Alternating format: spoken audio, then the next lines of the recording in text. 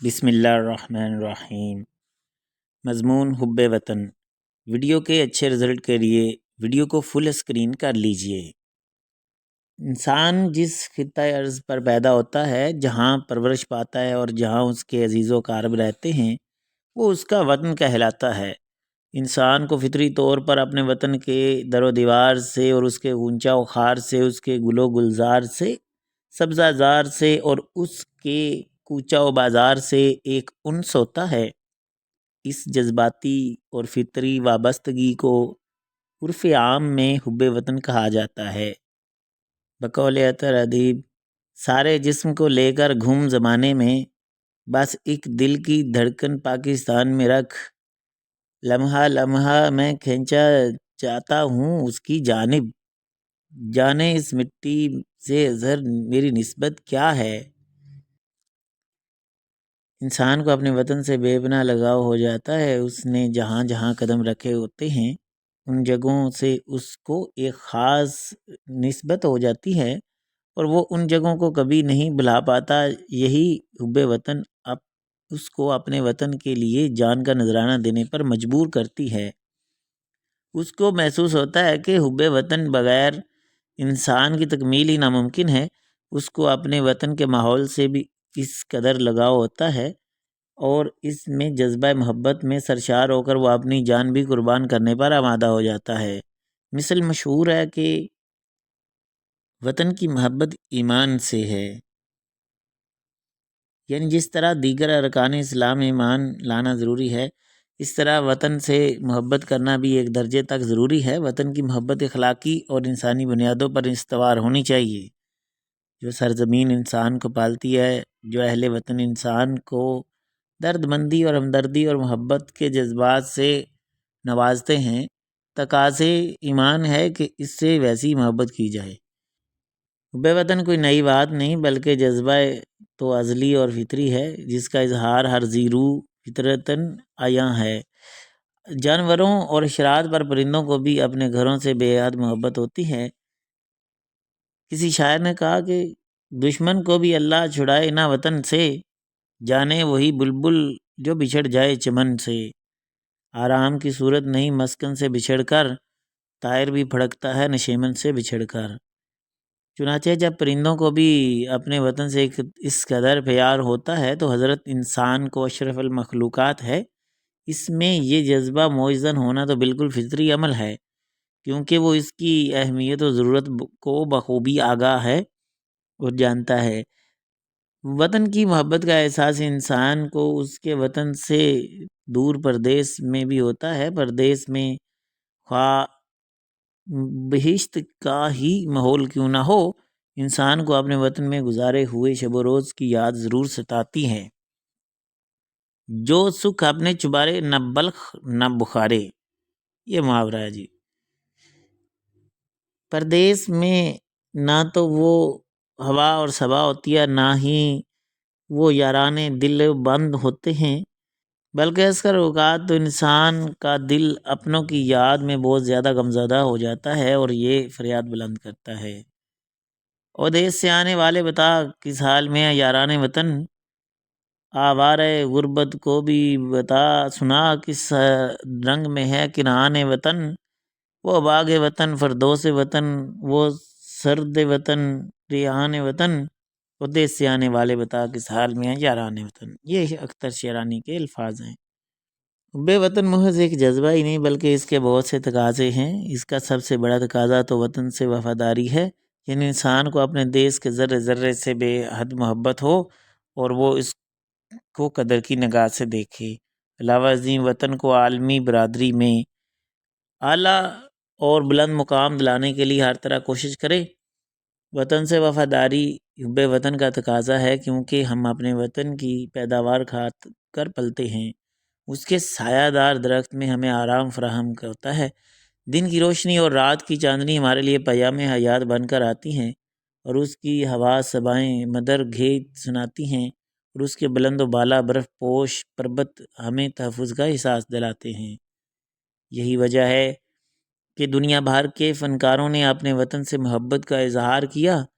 کوئی بندہ صحرائی بن کر خوش ہوا تو کوئی مرزا کوہستانی کھلا کر جھوم اٹھا، کسی نے اپنے وطن کو سونی دھرتی سے نسبت دی تو کوئی اس کو چاند تارے سے تشبیہ دیتا ہے۔ شاعر کہتا ہے، میرے دیس کے ذرے ذرے میں تنویر جمال خوباں ہے، اس گلشن کا ہر برگ و شجر تصویر جمال خوباں ہے۔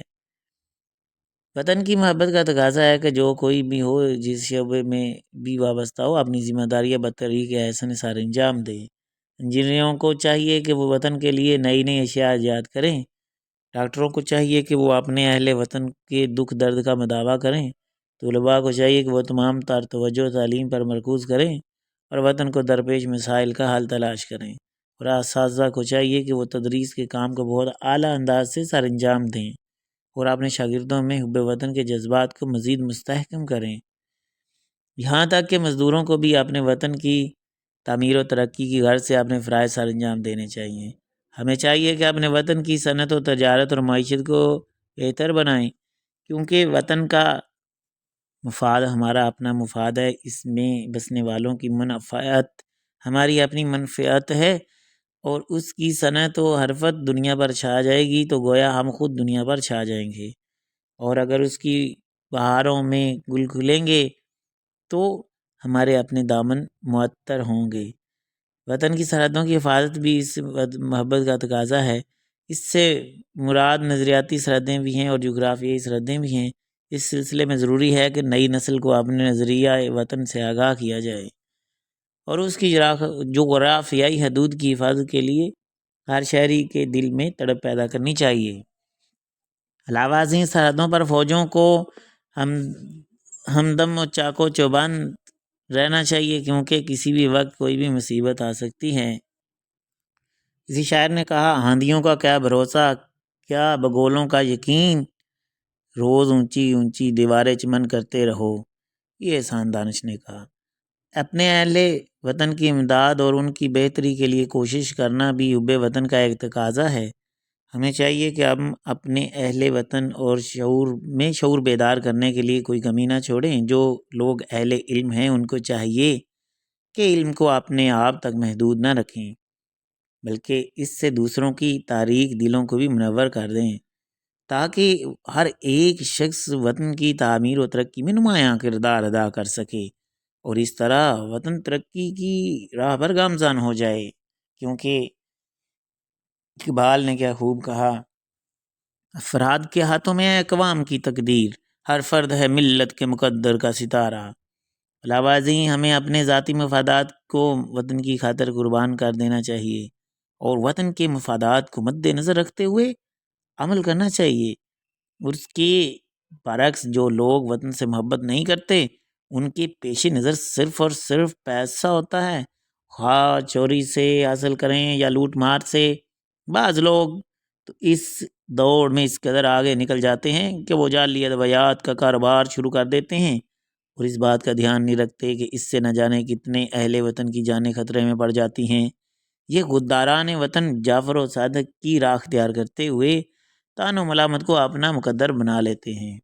جعفر از بنگال و صادق از دکن، ننگ ملت ننگ دین ننگ وطن، علامہ اقبال کا یہ شعر ہے۔ وطن کی محبت کا ایک تقاضا یہ بھی ہے کہ جب بھی وطن کو قوم کی ضرورت ہو تو اس کے دامے درمے قدمے سکھنے اس کی مدد کو دوڑیں، بطور سپاہی اور فوجی اپنی خدمات پیش کر دیں۔ تاریخ شاہد ہے کہ بہت سی قوموں نے اپنے ملک کی رکھوالی کے لیے اپنی جانیں تک قربان کر دیں۔ جنگ عظیم دوم کا واقعہ ہے۔ برطانیہ سے اسلحے سے لدے ہوئے بحری جہاز روانہ ہوئے۔ یہ اسلحہ جاپان کے خلاف استعمال ہونا تھا۔ جاپان میں جب یہ خبر پہنچی تو وہاں دو نوجوانوں نے اپنے جسموں کے ساتھ دھماکہ خیز مواد باندھ لیا اور ہوائی جہاز پر سوار ہو کر بحری جہازوں تک چلے گئے اور اس کے قریب آ کر ان کی چمنیوں میں چھلانگ لگا دی، جس سے بحری جہاز تباہ ہو گئے اور ساتھ ہی جاپان کے خلاف استعمال ہونے والا اسلحہ بھی تباہ ہو گیا۔ ان جوانوں کی جان تو چلی گئی، لیکن انہوں نے اپنی جانوں کی قربانی دے کر وطن کو بچا لیا۔ اسی طرح 1965 کی پاک بھارت جنگ میں پاکستان کے راشد منہاس اور چونڈا کے محاذ پر پاکستانی فوج کے کارنامے قابل تحسین ہیں۔ ناتھن ہیل کا قول ہے، مجھے افسوس ہے میرے پاس وطن پر نشاور کرنے کے لیے صرف ایک زندگی ہے۔ ہم نے اپنے وطن پر بہت مشکلات اور جدوجہد کے بعد حاصل کیا ہے، اس کے پیچھے لاکھوں شہیدوں کا لہو ہے۔ وطن کے حصول کے لیے لاکھوں جوانوں نے اپنی جان کے نذرانے پیش کیے، لاکھوں عورتوں کے سہاگ اجڑے اور عورتوں، بہنوں، بیٹیوں کی ردائیں تک لٹیں، تب جا کر یہ وطن حاصل ہوا۔ اس لیے ہمیں اس وطن کی قدر کرنی چاہیے، کیونکہ یہ گراں قدر قربانیوں کے بعد وجود میں آیا ہے۔ سیف الدین صاحب کہتے ہیں، تیری بنیادوں میں ہے لاکھوں شہیدوں کا لہو، تجھے ہم گنجے دو عالم سے گراں پاتے ہیں۔ آزادی ایک ایسی لازوال دولت ہے جس کی حیثیت کا اندازہ نہیں لگایا جا سکتا۔ قائد اعظم کا فرمان ہے کہ روح کی تازگی 3 تصورات سے عبارت ہے: عشق، ایمان اور حب الوطنی۔ ہمیں آزادی کی قدر کرنی چاہیے کیونکہ یہ نعمت نصیب سے ملتی ہے۔ بقول اختر شیرانی، عشق آزادی بہادر عزیز کا سامان ہے، عشق میری جان، آزادی میرا ایمان ہے، عشق پہ کر دوں فدا میں اپنی ساری زندگی، لیکن آزادی پہ میرا عشق بھی قربان ہے۔ انسان کو جس طرح اپنے وطن اور نشیمن سے محبت ہوتی ہے، بالکل اسی طرح چرند پرند کو بھی اپنے وطن سے وابستگی اور محبت ہوتی ہے۔ تاریخ گواہ ہے، جذبہ حب الوطنی سے سرشار ہو کر قوموں نے بڑے بڑے کارنامے سر انجام دیے۔ جب کسی قوم نے دوسری قوم پر حملہ کیا تو وہ اس کے خلاف سیسہ پلائی دیوار بن گئی۔ ہٹلر نے بھی اپنی قوم کو اسی طرح متحد کیا۔ کشمیری اور فلسطینی نہتے ہونے کے باوجود اپنی آزادی اور جہاد بقا کی جنگ لڑ رہے ہیں اور اپنے ملک کو کسی بھی صورت غیروں کے زیر اثر نہیں دیکھنا چاہتے۔ حب الوطنی کا تقاضا ہے کہ ہم اپنے وطن کے مفاد کو اپنے ذاتی مفاد پر ترجیح دیں اور اس کے استحکام پر بقا کے لیے ہمیشہ کوشاں رہیں، کیونکہ یہ آزادی کی نعمت ہمیں بڑی مشکلوں سے حاصل ہوتی ہے۔ بقول فیاض ہاشمی، ہم لائے ہیں طوفان سے کشتی نکال کے، اس ملک کو رکھنا میرے بچوں سنبھال کے۔